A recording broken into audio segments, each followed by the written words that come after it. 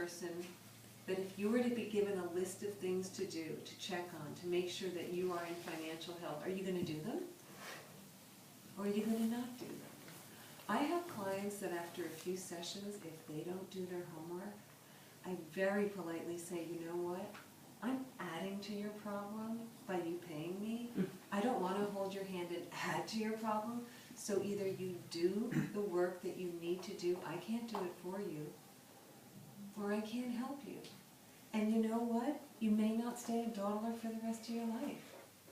I hate to say it, you said it earlier, not to bring up politics, but sometimes you have to get into a place, you said it so well, what was it? That the situation has to, please. Until the problem gets worse than the solution, there is no change. Right. So it's, you know, it's like the whole alcoholism Right. thing. So you know, the problem's not that bad. Yeah, it's not so bad. Right. You know, but when it gets so bad that the solution, you don't have a solution for it, that's when you become a doer. And you need to make sure that when you just, after you leave here, okay, there are things I can do to make a shift in my life, to bring more prosperity and abundance, which is my next topic, and then I'll go on to some other things. Abundance. It's such an interesting, beautiful word, because in this culture, we have so much, and yet so many of us feel like they don't have enough. I have some clients who are so affluent, and they feel like they don't have enough. And then I work with people who don't have much, and they're happy. And they're just trying to get clear, but they're happy. So abundance is one of those really powerful concepts that you need to get clear on. What are the things you need in your life? And that way you can create. Is someone trying to come in? No, there's college kids that live upstairs. Oh, okay. Yeah. I'm listening. Yeah, really. I think they're just probably going in the door. Okay. So the abundance is simply a state of mind, and how you allow yourself to feel full, and how you, in getting clear on that, are you performing the job that's meaningful to you? Do you feel like you're doing something that's meaningful in your life? And that relates to the socially conscious. I'm trying to hit all the questions that came up tonight. Socially conscious investing. Yes, that's becoming a really important discussion with all of my clients. I want to make intelligent and mindful choices. There are funds that are strategically designed to only invest in socially conscious companies. Interestingly enough, they're performing well. Is there any other area that you wanted to cover before I talk about specifics? Okay.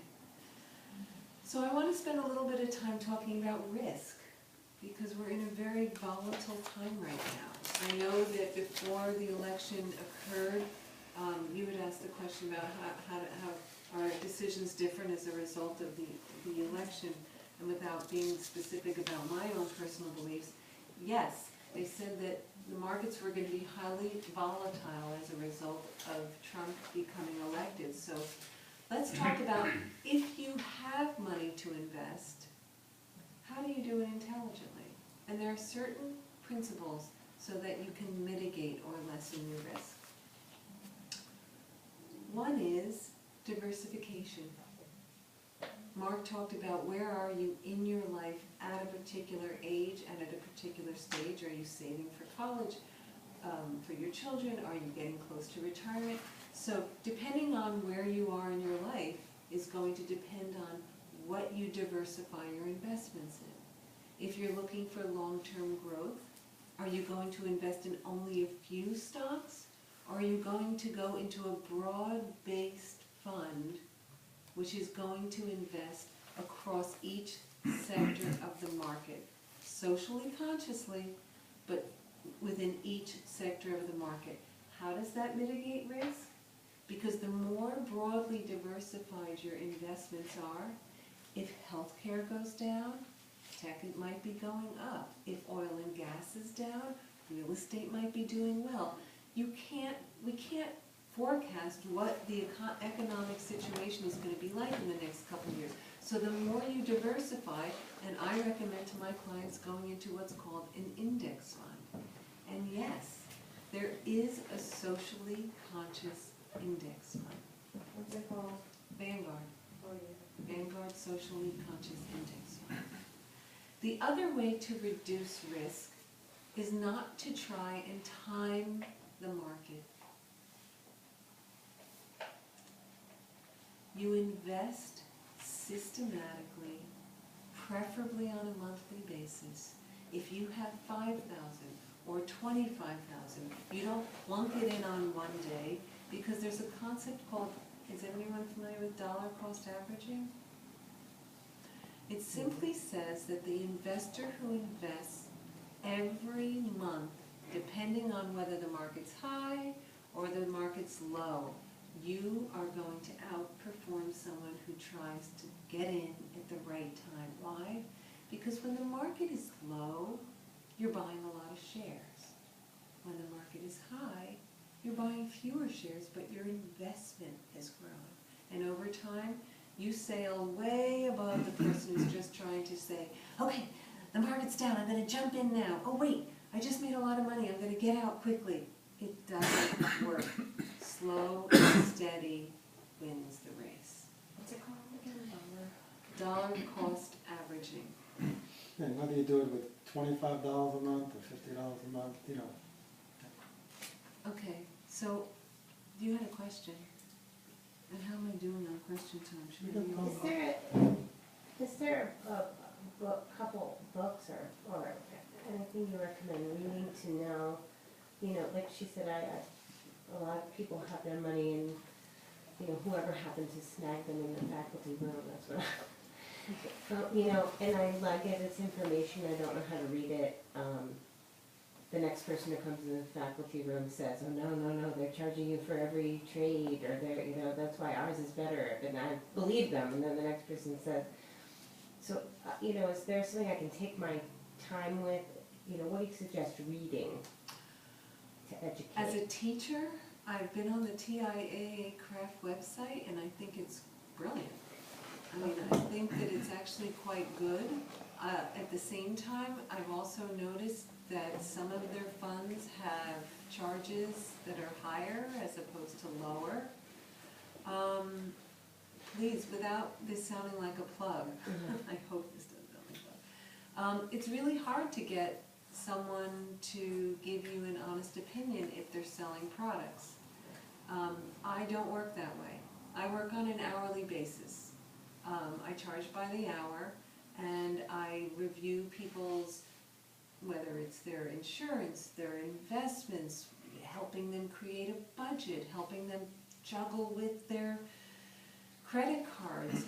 It's really straightforward because I don't have any licenses anymore. I have no personal gain on what you buy or don't buy. I just help educate and empower. But I will say this, in the 2 years that I've been doing it, I have saved people hundreds of thousands of dollars. It's mind-boggling, just between them not being aware of what the hidden fees are, them having insurance policies that are just not set up properly or that are about to deconstruct, people not being aware of what they're paying on their credit card interest. There's so many different variables. Let's face it, it's really complicated out there in the money world. And so even in terms of just helping people understand how they need to evaluate their risk. I don't sell insurance anymore, but I am still a strong believer that if there is an insurable interest and a risk, it has to be covered properly. Mm. And so I help people with their pension plan decisions, whether it's at work, whether it's an employer, whether it's an individually owned plan. These are all the things that need to be looked at with as objectively as possible. So that I hope I answered your question. Can I come? Yeah, please. like just in meeting with Joanne before we came, I was sort of like, I can't believe how much my health insurance is going to be costing me this year with a high deductible because I'm an individual. So he just gave me the name of another place. I'm going to look into it. Yeah, for those of you who we all are struggling with healthcare, right? The cost of healthcare. So I made a decision to go with Liberty Health Share. They are, historically, health insurance was created because communities pooled together all their assets, not all their assets, some of their assets, so that in the event someone in the community got sick, the money would go straight through to the person who needed it. Well, fast forward, here we are in an insurance industry where big companies are dictating premiums and what they're willing to pay. My husband had a routine colonoscopy this past year. I called up in advance. I mean, I was in the insurance business. I know the questions to ask. Is this covered as preventive care? Oh, yes. Do you know $375 is not being covered? And I said, that's not okay. That's not being Anyway, don't get me started. So Liberty Health Share is religious, but you can be non-religious and be a member, and you pay into this pool of money, which is now worth, it's I don't know how many millions and millions of dollars, because as a result of the increasing cost of insurance, a lot of people are choosing this as an alternative. My family rate is $443 a month. Mine is $1,800. We have the same deductible. I don't have an in-network or an out-of-network situation. I go to whomever I want, I submit my bills, and I get paid. Is it for everyone? If you are still a firm believer in the insurance industry like my dad is, he would never go for something like this. But it's not there's no lifetime maximum. You know how insurance contracts can say $1 million liability per year? Actually, excuse me, I think it's $1 million per year. That's what theirs is. $1 million. They got rid of that, didn't they, with under the affordable health care? Yeah, which is gonna scrap. Well, what's going to happen with it? I don't know. The other question I have about that insurance, since you brought it up, is my doctors submit their bills to the insurance company, and they're all under contract to the insurance company. Mm-hmm. You know, I see their bills. That's a $2,000 bill, and it's like, but we've agreed to pay them $500, and Right. out of that you need to pay them $50, Mm-hmm. you know, or whatever. But do they have in-network? Do the doctors submit their bills and they have a contracted price with with Liberty or not? They do negotiate the rates. Yeah. Mm-hmm. Yes. Do you have any idea what an individual rate would be? I think it's under 200. I'm not sure. And to answer your question before, one of the best books that I've read for the lay people on money, the name of the book is called Money. There's so many. And I it's couldn't even by think of one. Anthony Robbins. Oh. You didn't like it? No, I said because there's so Because many. I came out about last year. Yeah. Very simple. The little skinny one, right? No, it's big. Oh, It's like I that. read his little skinny one. Yeah, no, it's big like that. Yeah. Yeah. I like this little skinny one. Yeah. Well, He came in with a really skinny one, and it has a lot to do with what we're talking about, the energy of but money. I like You the guys big. wanna get together with the big thing. I like can the give big you a one. whole list of books. That And of course I bought off the top it. of my head. I bought it used on Amazon. There you go. Half books. But it really, you know, because when I look at things, it's like like you said about dollar cost averaging. You know, it's something I do.